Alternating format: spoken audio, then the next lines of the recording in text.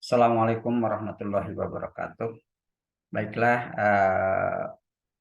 sedikit saya akan berbagi cara menganalisis hasil belajar peserta didik.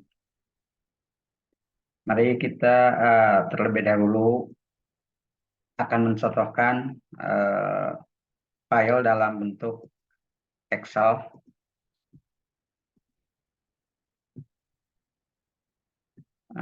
Sebagai contoh di sini analisis hasil belajar peserta didik untuk tahun pelajaran 2022-2023. Misalnya di sini kita ambil mata pelajaran matematika, kita cari matematika misalnya peminatan. Kemudian kelas yang kita ajar, misalnya di kelas 12 MIPA 1. Kemudian jenis tagihan ini bisa dipilih, misalnya ada nilai penilaian harian 1, penilaian harian 2, dan seterusnya. Atau penilaian ulangan tengah semester, genap atau ganjil. Atau misalnya kita yang sekarang yaitu misalnya mencontohkan pekan ulangan akhir semester.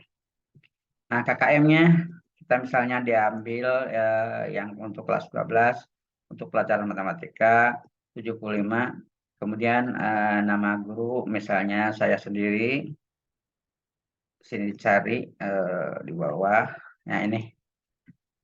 Nah, di sini jumlah KD misalnya dalam rentang satu semester itu kita mengajar berapa KD.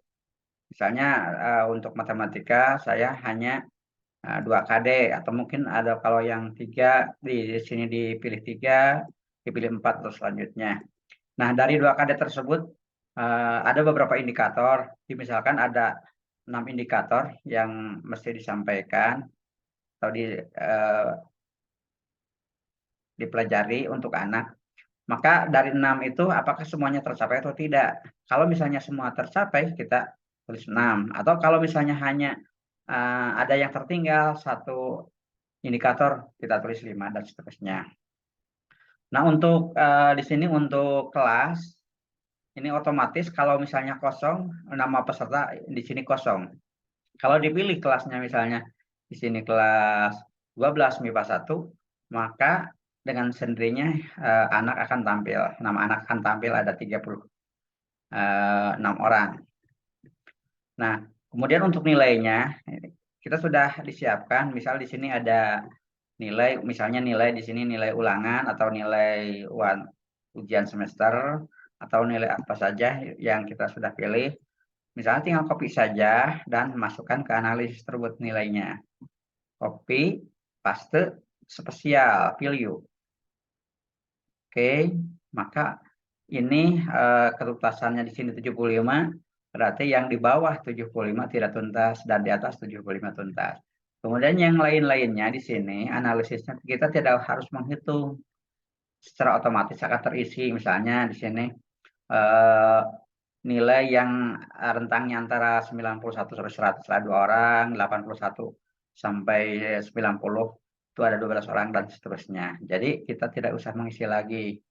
Nah, dengan sendirinya kalau misalnya ininya nilainya rubah, ini akan dengan sendirinya kesininya rubah. Misalnya di sini ada yang di atas 91 itu ada 2 orang. Ketika misalnya yang 66 kita ganti jadi nilainya jadi 95, otomatis kesananya akan berubah menjadi 3 orang.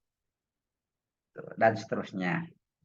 Kemudian juga di sini kategori kita dalam rentang ini berapa persen yang 81 sampai 100 dan seterusnya, tidak harus menulis lagi dan tidak harus menghitung lagi, dengan sendirinya sudah terisi.